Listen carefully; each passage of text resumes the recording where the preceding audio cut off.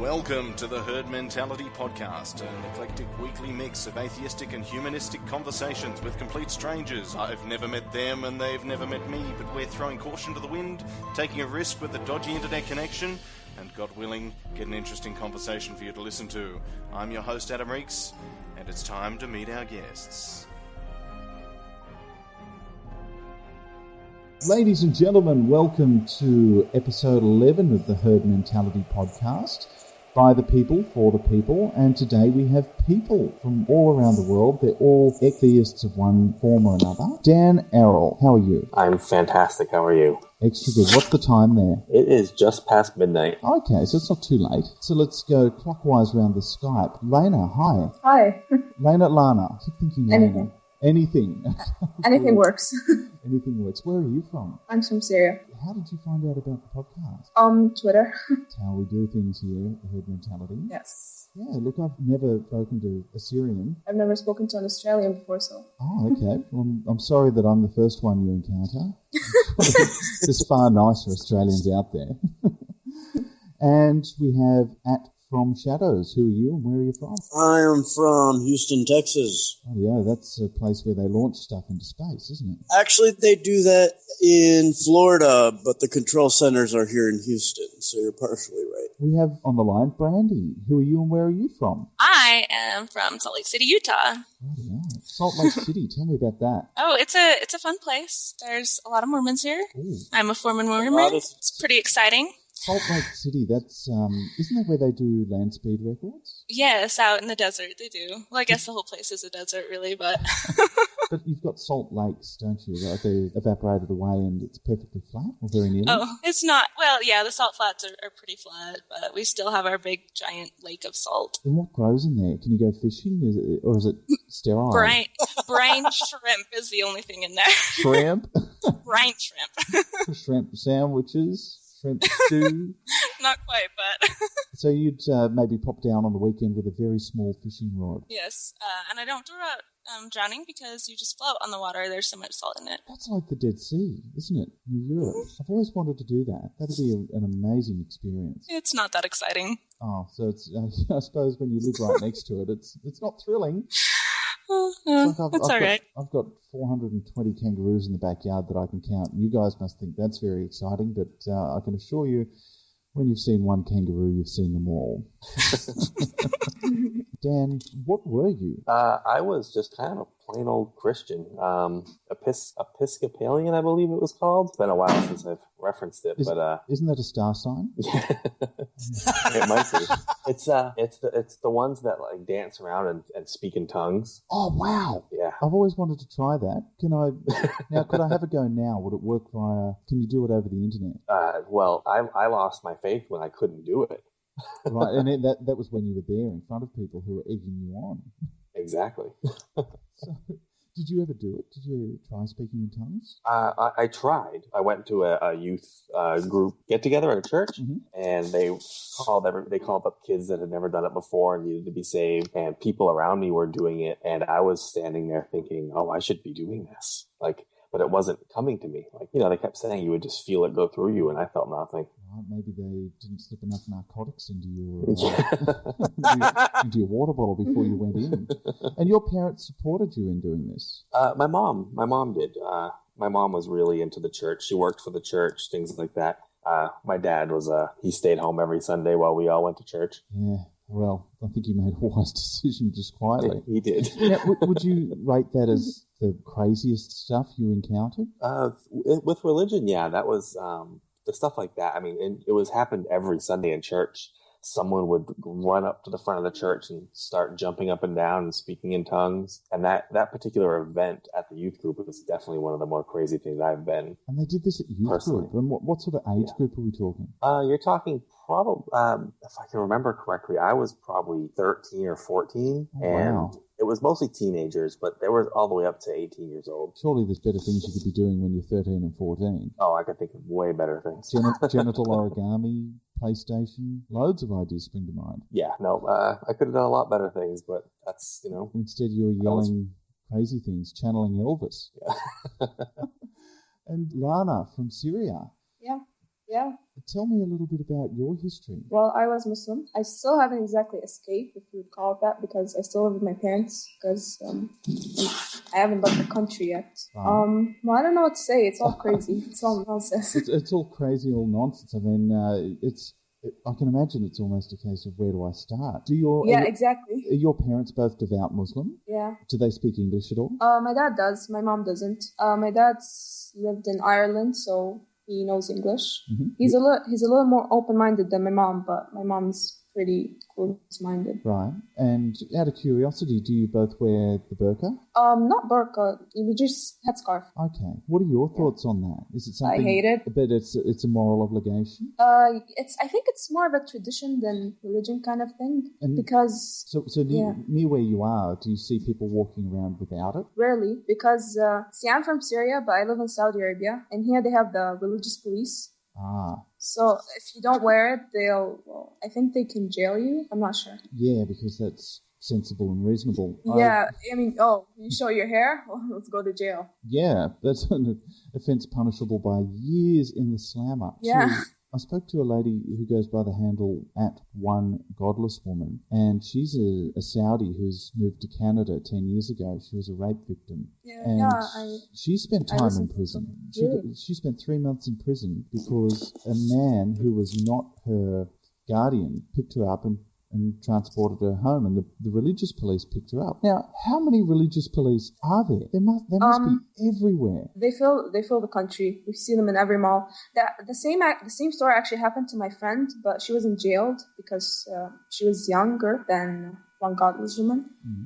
But her dad's friend was dropping her off at home, and then the religious police found her, and they wanted to jail her, but they fixed it all up, thankfully. They fixed it all up. That sounds dodgy. It sounds like...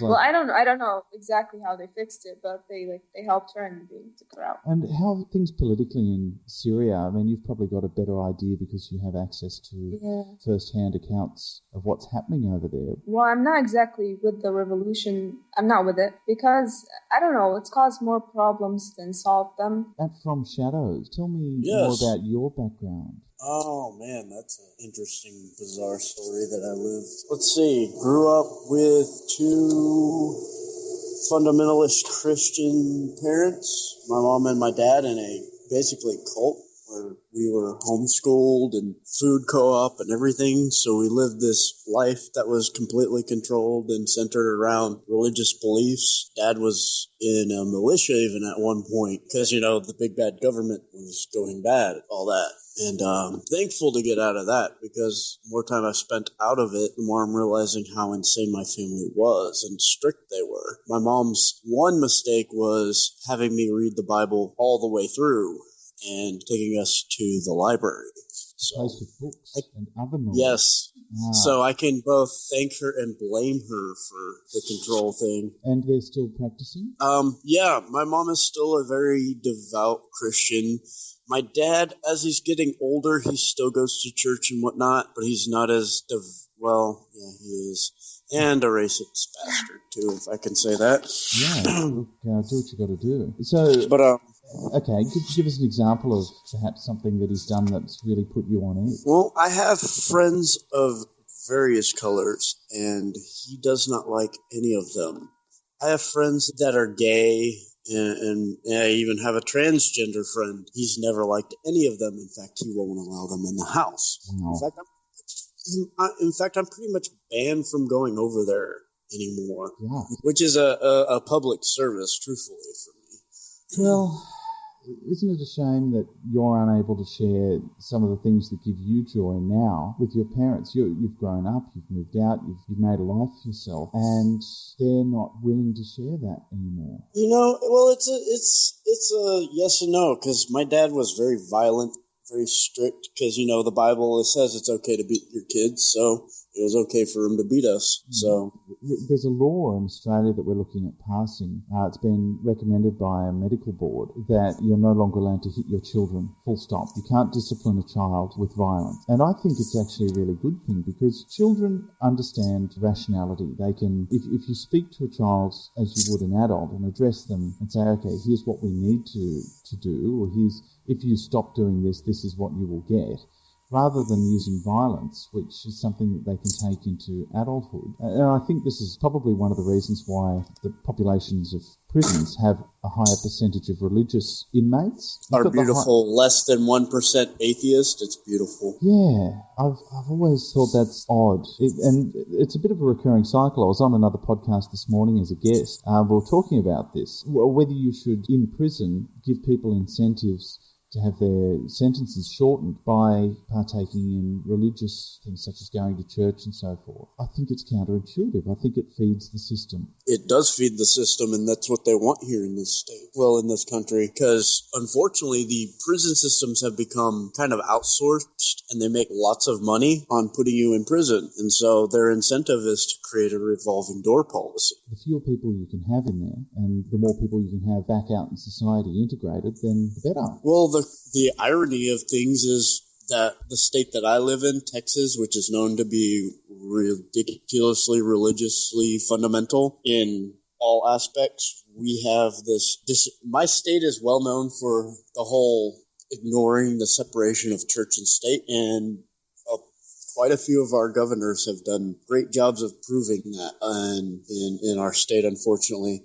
But one actually worked to set up education and to truly rehabilitate them. To truly rehabilitate prisoners, most specifically with drug problems. And the success rate was too high.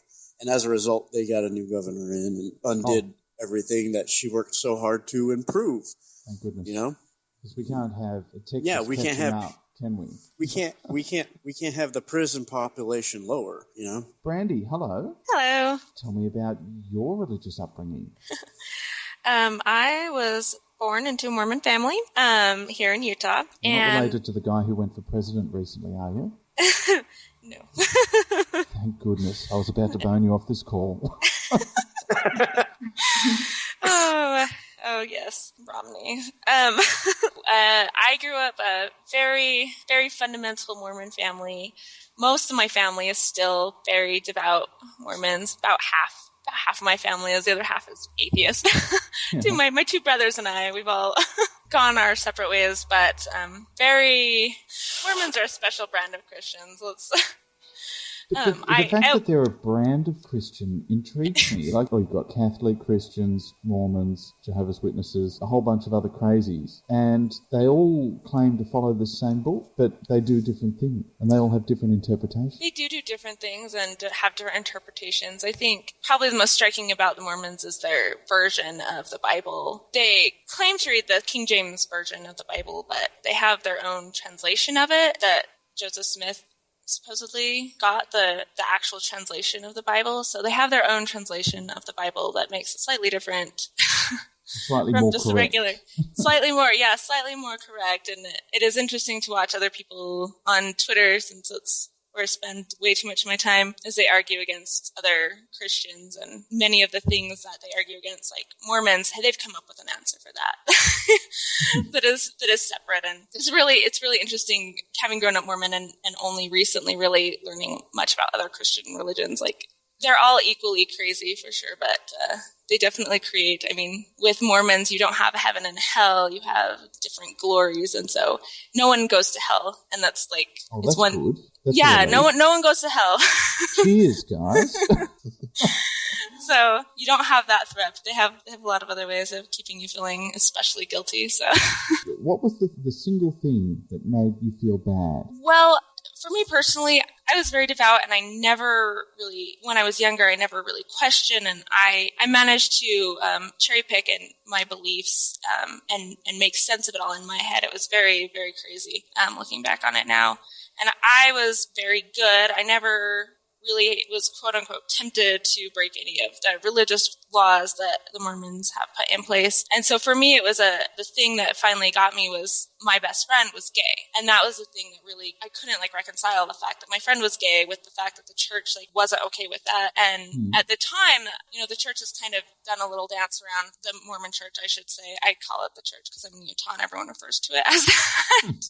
In Utah, but the Mormon church has kind of done a little dance around the gay issue in recent years, but at the time it was still very much, they believed that it was a choice and that pray the gay way. And I can reconcile that belief with the fact that my best friend was gay. And that was the thing that was the biggest challenge for me that started my path to leaving it, essentially. You've all got one thing in common. You've all sort of come from these different faiths. How has it impacted your immediate family and friends from Shadows? Well, I think it's like I said earlier, like I don't get a whole lot of time with my family, and the religious thing without fail comes up, and I explain implicitly that I don't believe any of that silly shit, and that offends people. I usually say it a lot nicer than that, of course, but it creates a lot of strain because I have a big family, and I don't want to even begin to point out that like my mom and dad have divorced because of differences, and he remarried and picked up more children, and she picked up more children from another marriage, and so I have this ungodly large family now when it originated of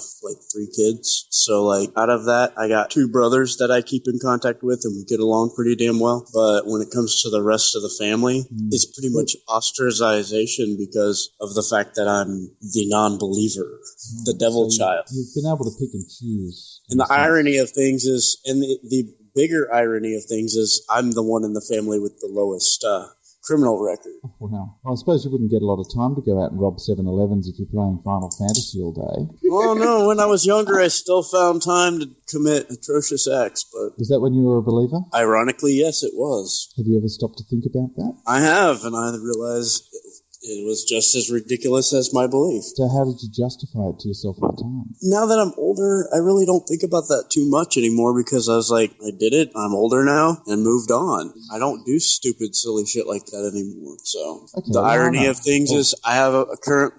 Right now, one of my brothers is in prison. And he's one of those strict Southern Baptists, always Bible this and Bible that. I'm like, then why are you in prison? Yeah, because the laws of the Bible, funnily enough, differ from the laws of the state in the US. I just find it funny that somebody that's always quoting the Bible seems to find the time to omit one of the 10 commandments of thou shalt not steal from his memory. It's a pretty big one, that one. It's the easy one to remember. I haven't memorized the 10 Commandments, but I do remember that one, and it's one of the few that I stick to. So, Lana, is your atheism a secret within your family? Have you just ever discussed this with your parents? I actually did discuss this before, kinda, but I told my parents that I was agnostic.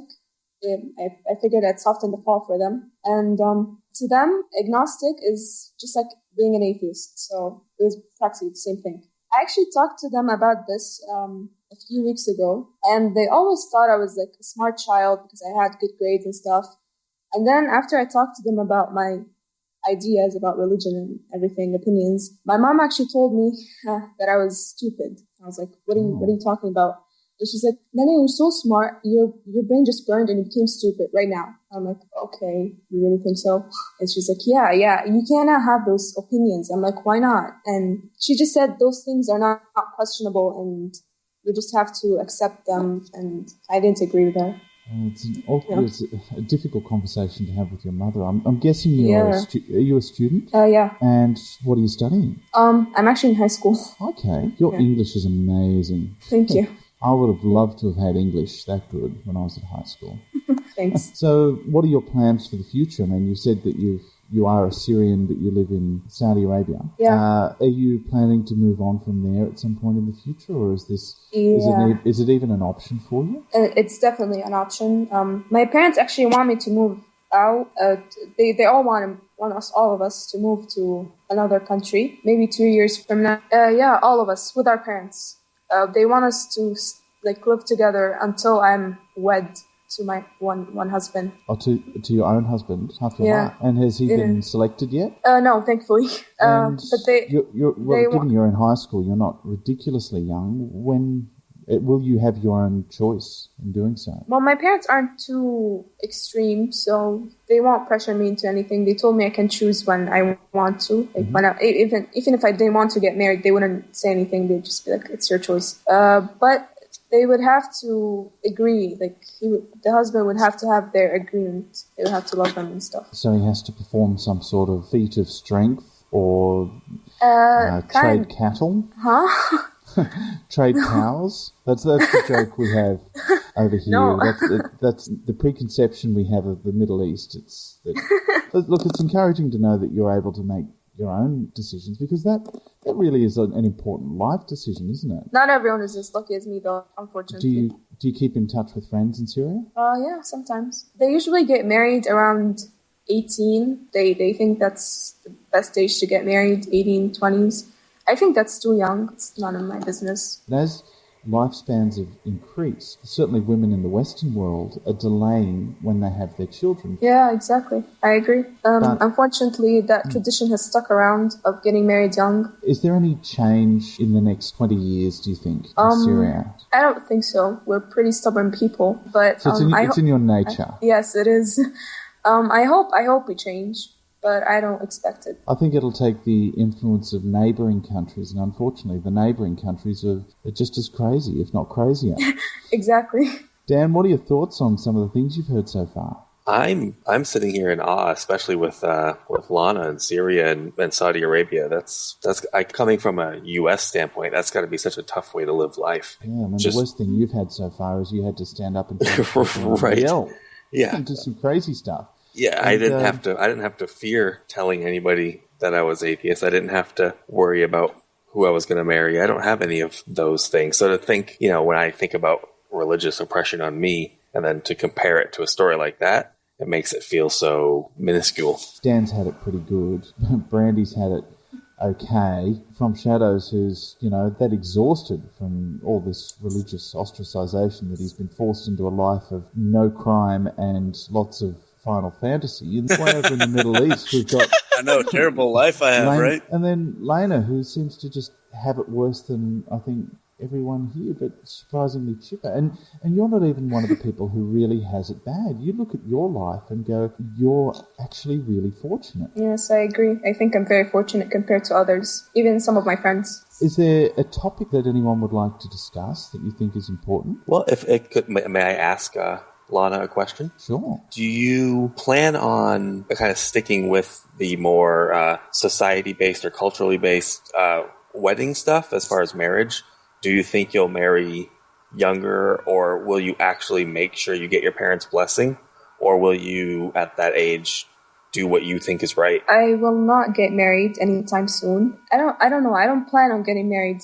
I have different opinions on marriage, even different from some Western people. So I'm not going to get married. And I don't know what I'm going to tell my parents. I'll probably just tell them I don't want to get married. I just don't want to. It's not what I want for my life. And even if I do have a wedding, it's not gonna be like the ones that we have here. It's gonna probably be different. I'm actually planning on becoming a scientist, so I'm gonna devote my life to science. So I'm gonna tell my parents that. Yay. I just hope it works out. I hope I can make a good scientist one day. Yeah, which fields interest you, Lana? Actually, more than one do right now, so I'm not sure which one I'm going to study. I like biology and cosmology. I'm stuck between the two. So. Wow, cosmology's good fun. Are you a fan of Lawrence Krauss? Yes, a huge fan. I love his work. Yeah, he's very entertaining to listen to. Yes, I love him. So do you use people like Lawrence Krauss to improve your English? I actually do a lot. It's a long time ago, I used to listen to them to improve my vocabulary and pronunciation. I'm more interested in this Mormon stuff. What's the craziest ritual that a Mormon might undertake? Getting their endowments taken out in the temple. It's a ceremonial. It's a ceremonial thing that happens. Usually for women, it's usually before they get married, or for either men or women when they go on a Mormon mission. And it's a Mormon mission. They should integrate that into Final Fantasy. I agree. We need to call Square Enix about this. Coming up after the break, the lead character goes on a Mormon mission. Oh, my sister went on a Mormon mission to Australia. Oh, wow. Maybe that was her knocking at my door. Probably. Not long ago. I'll tell you. Can we still summon Bahamut? Okay, well that sounds ridiculous and crazy. It is pretty much ridiculous. I've never actually experienced the endowment ceremonies because I've never been through the temple because I left before that nonsense. I got married outside of the temple, which was scandalous. Better endowment than others. I don't know. I've seen videos online of what happens, but I've never actually done it. So it's all crazy and it's very strange. It's very Masonic. They have references to it on the $1 bill, don't they? Yes. Yeah. Is that just nonsense, or is that actually there is a real reference there? There's actually a real reference there. Okay, do you know about it? Quite a few of our founding fathers here in this country were Mormons. Not Mormons, I'm sorry. Freemasons. Masons, yes. Yeah. Most specifically George Washington, and I believe Adams was as well. Thankfully, people like Jefferson and Benjamin Franklin were not. Had a few more brain cells than the rest of them. So, and what's involved in being a Freemason? I have the slightest clue. Maybe we need to get a panel on. Get some people we need a Freemason panel. Yeah, does anyone know a Freemason? I know a little bit. Let's get some ex-Freemasons in here. On the next episode. Coming up on the herd mentality, outdated religions. Can somebody find a person in Egypt who still hails ISIS? Excellent. I would totally listen to that one. Dan, what do you know? Well, I had a friend that was looking into joining it because he had a few of his friends that were, and I was talking to him about it. For the most part, there's not really a religious doctrine to it. But to be a member, you must believe in some sort of deity of some kind. And that's really their only requirement as far as beliefs. What about those of us who believe in the Church of Dawkins? Would we get in, do you think? I doubt it. Unlikely. But yeah, that was his big fallback. He thought about lying because he wanted to be a part of some sort of group really bad. And he thought about lying about what he believed to get in. Thankfully he didn't, because that's just a slippery slope of a way to go. But yeah, he got the application and it said that you had to believe in some sort of divine creator, and that was the only weird thing about it that he mentioned. In just a sentence, I'll go around the table. I'll ask the same question of everybody. How much do you think, in terms of money, in, let's say, your lifetime, would your parents have contributed to the church of their choice? We'll go with Brandi. Oh, that's interesting. An interesting question, just because my parents were both piss poor with money, so they were terrible at budgeting. As much as they gave to the church over the years in their 10% tithing, I know that my family has benefited from receiving welfare from the church when we were younger, as well as when we were older. When I was in high school and attempting to support my mother, we had to basically live off of the church. So for me, we aided the church financially, but we also received a lot of aid from the church financially. So it's probably a draw. I think we should really give that due credit. The issue I have with it is something like the church is like a business, and every business has running costs. I agree completely. Bit of a catch-22 in order to get something back. Yeah. For as much good as it does, it's just completely unnecessary at the end of the day. Dan, would your family have been millionaires? No, not at all. Well, we were very well taken care of growing up in my household, but my parents gave, but I think my mom really gave time more than anything. She, like I said, she worked for the church. Some of it was paid, but a lot of it wasn't. And so really around my house, it was volunteering and going to the church and taking care of things rather than dumping our financials into it. They gave, but never to the point that we felt it. Okay, Lana? My parents don't give the mosque or what should be the church here. They give zakah, but I don't think it's really affected us financially. I think it's neutral. Just hit pause for a second there. From Shadows in Texas. I think with how much my parents spent on the church, I would have had gone to the college of my choice here in this state, which probably would have been MIT, honestly. Really like that school. So that had a direct impact. I mean, I've spoken to 4 people. It's not really a large cross-section. And do you have the option to go and study now that you're independent? Unfortunately, I live in a society where work is kind of hard to come by right now. Mm-hmm. So you're a citizen of planet Earth, and I think planet Earth suffers from this at the moment. Yeah, our education system here is for profit. for the most part. Yeah, very much for profit, even though they want to say that they're non-profit. We have great social systems, like we do have federal aid that you can get, but it's very high interest rate, and we have a problem with a lot of schools here that are not non-profits that they're supposed to be, and they are for profit. So you double the tuition fees, and they make it very hard to go to school here, and you rack up some serious debt that's hard to pay back. I'm a full-time student right now. I'm lucky in California that I don't have to pay for much of it, but shortly I'm going to have to pay for a lot of it. You've got a family, don't you? Yeah, I work full-time. I go to school full-time, and I have a son and a wife. And I think they'd be full-time as well. You're really working 3 full-time jobs. Oh, yeah. Yeah, I'm exhausted. And you've still got time to come on the Herd Mentality. Anything for you. I'm blushing. Blushing. All right, have you got a good Texan joke for us from Shadows? Texas itself is a joke sometimes. That's not a bad one. Okay, that'll go. Yeah. Brandi? Oh man, I have so many moment jokes, but I cannot think of them right now. Oh man, you guys are moment jokes hopeless. I know they are. They really are. I'd like to know a Mormon joke. I'd have to Google them to find them because I you're can't remember kidding. any of them right now. Anyone can. It's just because I'm on the spot. I can never remember them when I'm put I on the can spot. Google it. I can Google it in my own time. I've got the luxury of an actual ex-Mormon here. You can't even think of a joke about your own tribe. Oh my goodness. There's everything about them is joke-worthy.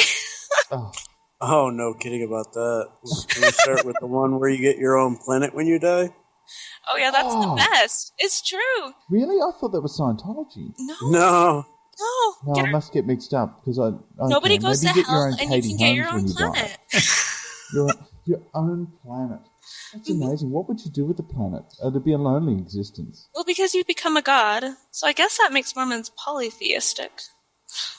Do you think any of them have thought that far ahead? No. Well, not logically anyway.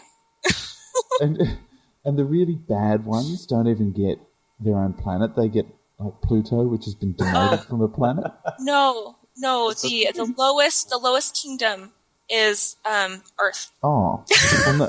So it's like reincarnation. The meek shall inherit the earth. Yeah. Earth becomes the lowest kingdom, and that's where the worst of the worst go. See, I've seen books, and I know that there's not a lot of planets out there that look very interesting apart from Earth. This is where it's all going on. We've got electricity, running water. Yes, half the planet's shooting at each other at the moment. Humans. What? Those pesky humans. Gosh, they get in the way, don't they? Unwarm babies. Dan, please say this. Tell me you've got a decent joke about them. Oh, I've got a decent joke for you. Yeah, okay. Yeah. I hope it hasn't been used on the show before, but... Oh, no, there's no jokes on this show. We're deadly serious. The Higgs boson walks into a Catholic church, and the priest says, "Hey, what are you doing here?" And the Higgs says, "You can't have mass without me." Oh, okay. That's like a smart dad joke. That's the joke Richard Dawkins would tell his kids, I think. And they'd groan as much as we just did. Well, I'm a dad. I only have dad jokes. All right. Well, I might let you get on with your lives. Thank you very much for partaking in the Herd Mentality ex-theist edition. When you spoke, Lana, everybody else listened in. It's just fascinating to peer through the mystery, because over there the news is sort of, we only get part of it, I think. And hearing we're blocked out. Yeah, but hearing it firsthand from somebody who's been there and lived there, that's really interesting stuff. So if you've got any friends in Syria who would like to speak out and they can remain anonymous, then I'd love to speak to them. All right. There's a lot of us, but we're all afraid. But there's many of us atheists here. Thank you very much for coming on, guys. Thank you very much. You've been a wonderful crew. And swell. We'll be in touch, no doubt, on Twitter. Take care. Take care. Thanks.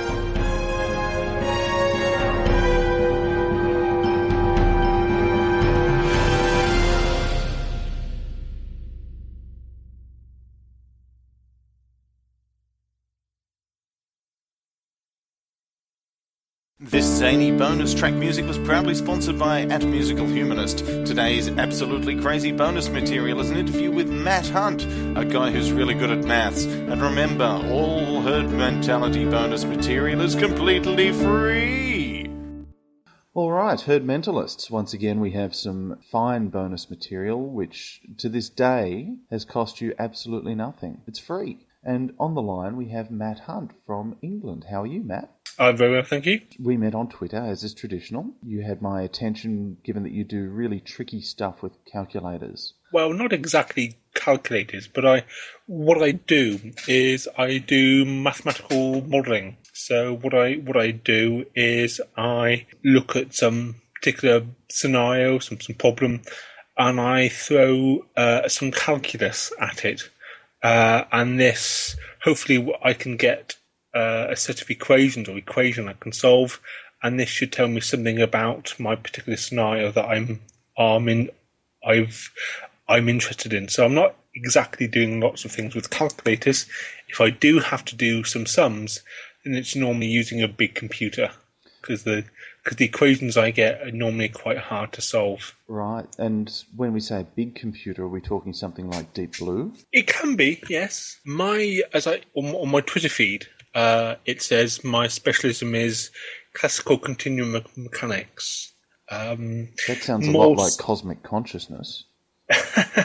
Well, no, that's I can break it down. So what's the classical mean? Well, the classical mean just means that it isn't quantum. That I still have a cause and effect structure. So that could be anything like, I'm specifically doing Newtonian mechanics, and I'm applying it to fluids. So they can be gas, liquid, gases or liquids. Yes. So would you model, say, air moving over the wing of an aeroplane, for example? Yes. Yes. And I've sort of done that sort of thing before, but with the airplane moving at supersonic speeds. So I know that there's a lot of money that goes into this sort of thing, because when you're taking on 80 tons of fuel on an A380 to fly from one country to another, it makes all the difference in terms of how much drag you've got. And a question that I suspect I kind of already know the answer to is golf balls have little dimples on them, and that gives you a means of... Okay, elaborate. Off you go. Yeah, I think the dimples in golf balls is something to do with the turbulence, if I recall. It allows them to fly straighter. Yes. And further. So, yeah. So it's counterintuitive at that size. Well, I won't say at that size, but you would think that a perfectly smooth ball would have less friction, but in fact it's the other way around. Yeah. Again, fluid dynamics is an absolutely huge area, and I'm aware of this sort of idea, but it's not my particular research area. So what's a real-world situation where something you've done has been applied? Well, I used to... My PhD is in fluid dynamics, and in particular, waves. So I study what type of waves you get under certain circumstances. Now, the sort of things I've been looking at are waves on shallow water with small amplitudes under the influence of an electric field. So what sort of things can you use that for? Well, it's painting where you need to understand just exactly how the paint's going on, so you can model the coating as it goes on a particular plate, for example, and you can get an idea of what instabilities there are in the flow and all this sort of thing. So it's that sort of thing which you can apply my theory to. So it's coating flows mainly. So I've also done some work where you get really big waves, where the wavelength is of the same order as the average depth of water. So that's the sort of thing that I've done. So at the moment, I have no applications of my actual models, but there are potentials to apply it. And the particular type of equation that I've generalized, if you like, they've applied this equation over the last 150 years, and it's been exceedingly accurate and exceedingly precise. So they've already got the equation. Why do they need you? I mean, it's been around for 150 years. Well, yes, it's been around for 150 years, That's just the basic equation. So once you in particularly in physics and applied maths, what you tend to do is you go for the most simple type of problem you can do, and if you can solve that, then that's like stage one. So then you look for more complicated problems, and in more variables, and more different phenomena coming involved. So you pile on the different things until you build up a realistic scenario. So once you solve the very simple problem and you go out from that problem, then you begin to get more of an intuition for how that sort of phenomena works. Waves, for example. So people have studied some very simple waves, and then they've started to look at different phenomena. What happens when this sort of thing does? What happens when you have surface tension? What happens when you add viscosity? All this sort of stuff stems from the basic equation. So what I've done is I've added an extra phenomena, which is electric fields. Yeah. So that's my sort of addition to the literature. And have you developed a formula of your own that's now world renowned, yes. called the Matt Hunt formula? Not yet. Ah.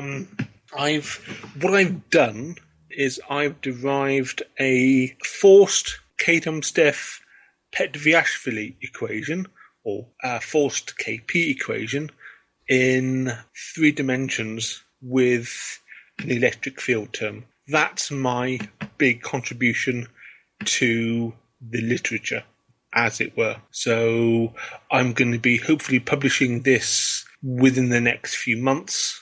Yeah, which is your journal of choice? My journal of choice for that particular paper will be Journal of Fluid Mechanics, or DEF. A reputable journal. It is the most prestigious journal to publish fluid mechanics papers in. Wow, well, I'll have to get a copy of that. So just flick me a tweet when it's out. I'll dash down to the newsagents and grab one. Yeah, so I'll understand very little of it, but I'll go, I know that guy. He's really good at doing waves and stuff. Yeah, so then I'll have to listen back to the podcast 5 times to try and understand it. I've interviewed scientists before, and I just edit it to make it sound like I really know what I'm talking about, when in fact it takes me 4 or 5 listens to try and keep up with what they're saying.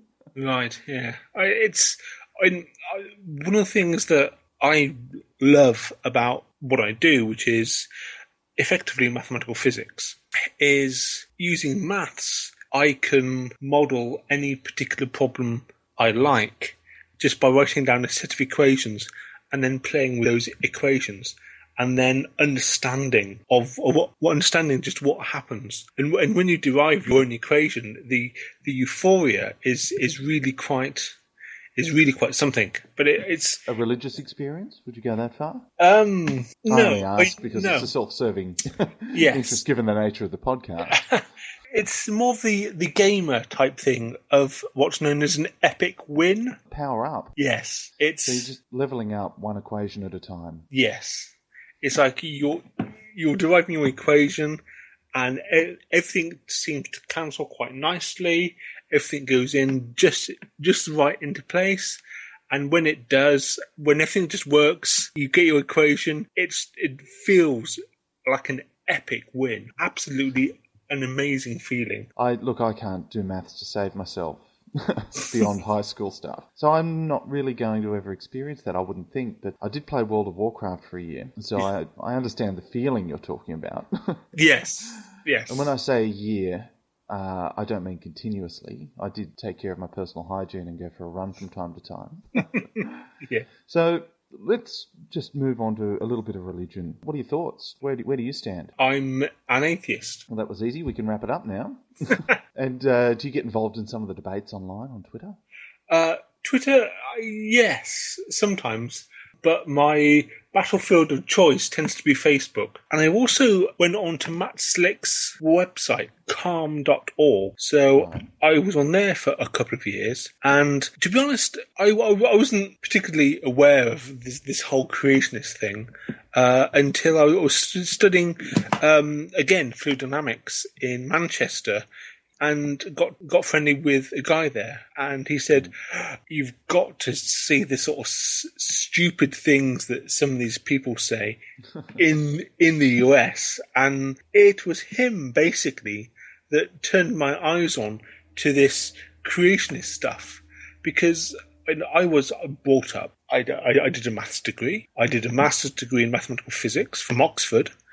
I was doing an MPhil in fluid dynamics. I was working as a scientist. I had no idea that there were people, actually a lot of people, who thought that some deity went piff, paff, poof and created a universe and a planet for us to live on.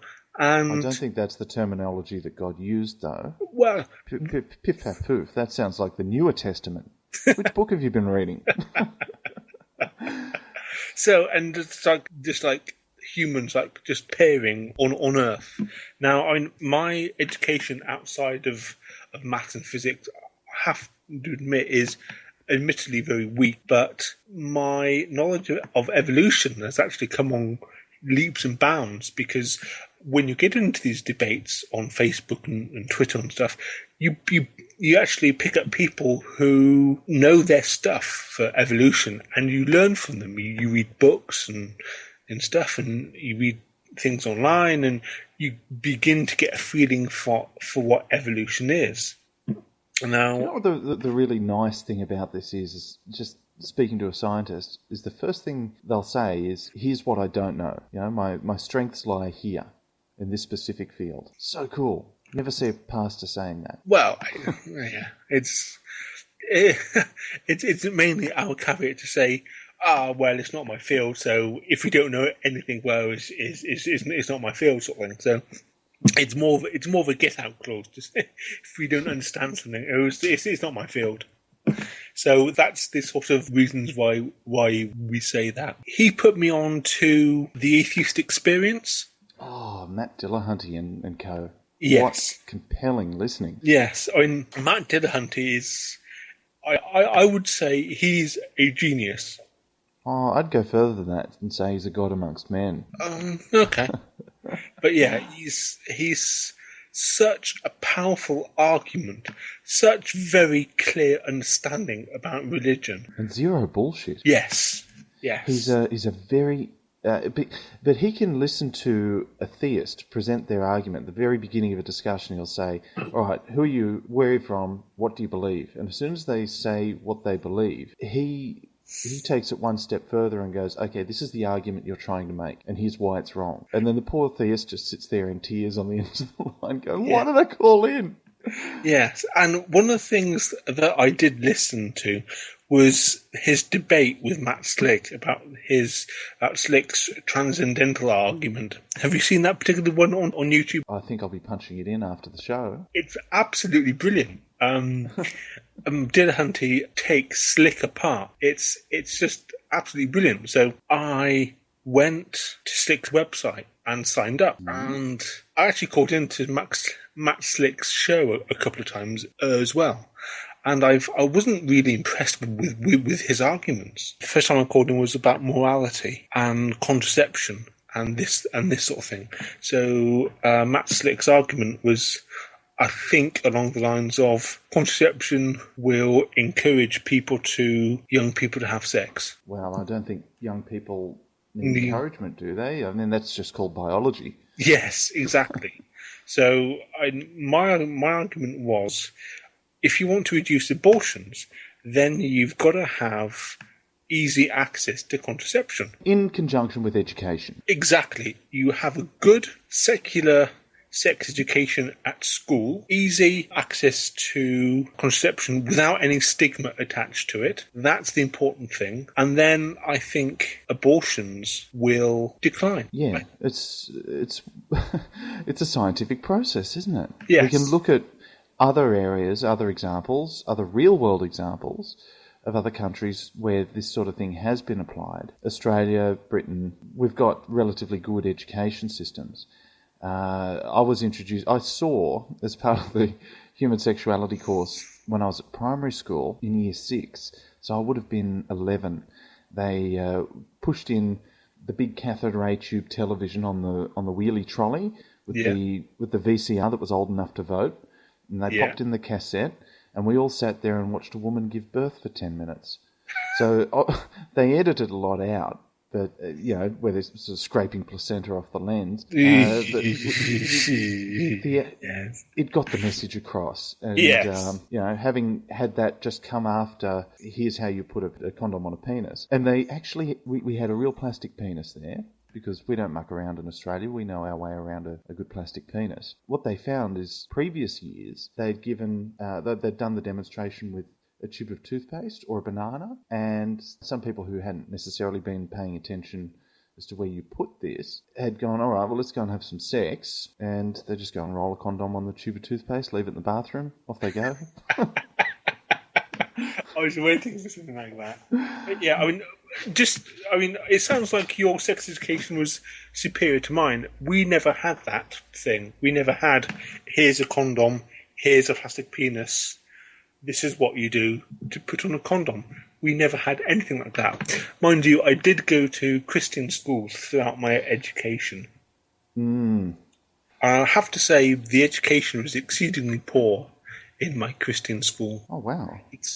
Exceedingly poor. I get very mixed reviews from some of the people I speak to on this. They're either, went to a Catholic school, but they taught evolution. It was a good curriculum, made a lot of friends. No pressure either way, didn't have to do religious studies, etc., etc. And then on the other side of things, you've got speaking to you out of the blue, and you're saying quite the opposite. But again, there's a lot of variables. It is a different country. It is, yes. Religious education was compulsory in our school as well. It wasn't particularly high standards, but I think that was just due to perhaps its location and the sort of kids it took in. It didn't seem to care about its teachers. So I actually got kicked out for being stupid. So in my final year of A levels, I had to go to the local tech college. So I got the required grades to go to university, and I think out of all my year, I was the only one to go to a real proper university. So I went to a university. Then I went on to Oxford. Then I worked and got sponsored by work to do a master's degree at a very prestigious university, University of Manchester, where Alan Turing was before he committed suicide. And now I've just finished PhD at another very prestigious university, University College London. So despite my education at my Christian school, I did very well. Well, it certainly sounds that way. I've got a question for you. Let's try and tie in your professional and non-religious secular heathen activities. When you're debating with a theist online, do you ever use real-world experience, something that's relevant to you that is specific in your field? Because I've interviewed Godfrey World at Kai Matai and Mr. Hawkes, so Dr. Dave Hawkes. Mm-hmm. And all of these guys have experienced evolution firsthand in their professional jobs, so either archaeology or clinical virologists, evolutionary virologists. They study those specific fields, and they can see evolution taking place, and that's sort of their strength and their go-to domain. How would you, if somebody brought up the topic of creationism, which seems to be a favourite of yours, how could you apply your maths to it? Could you? Well, yes. Evolution's, again, it's a field of biology, and I know a little bit about it. I know the process. I understand about random mutation. I understand about natural selection now. But I could apply maths to evolution, but that's not my strength. My strength is mathematical modelling. So what I could do is I could talk about the formation of the Grand Canyon, for example, because many creationists think that the Grand Canyon can form in a matter of hours, weeks, days, months, whatever. Then I can use my academic expertise to say, that's wrong because of this, this, and this. So that would be how I would use my training to debunk a creationist argument. Well, on that note, we've got Dr. Matt Hunt on the line. So at Matt, M-A-T, a single T, _ Hunt, H-U-N-T. And if you've got a question about the Grand Canyon, creationists, and how you might be able to apply a formula to a silly statement, then he's probably the guy you want to talk to. So send him a tweet. Yeah, at please Matt do. Hunt. I also one of my things that I do like to talk to Christians about is the age of the Earth, radiometric dating. So again, that's basic nuclear physics, and I've actually written a short 2-page set of notes about how you derive the equations, how the equations are used, and I use that as my explanation for why radioactive decay shows you that the world is old, not young. And my Oxford training was in general relativity, cosmology, quantum field theory. So I also have some knowledge of those advanced sciences as well. So I'm sort of all-round physics type person. So Dr. Matt Hunt, thank you very much for coming on. Thank you for inviting me. Rightio, you take care, and no doubt we'll speak on Twitter. Yep, okay. Cheers, mate. Bye. Cheers.